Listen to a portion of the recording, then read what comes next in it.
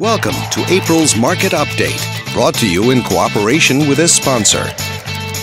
Let's take a look at residential real estate activity in your area during the month of April. The number of active listings was down 4% from 1 year earlier and up 20% from the previous month. This recent increase reflected a larger selection of homes for buyers to choose from.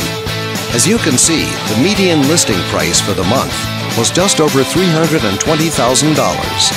Compared to last year, the average number of days that units spent on the market before being sold was down 31%. This lower number of days may signal a positive trend in the local inventory turnover rate. The median sale price was just over $260,000.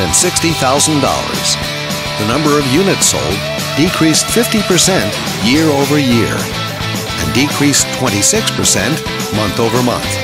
Fewer sales could indicate an opportunity for buyers to negotiate better terms. Thanks for watching.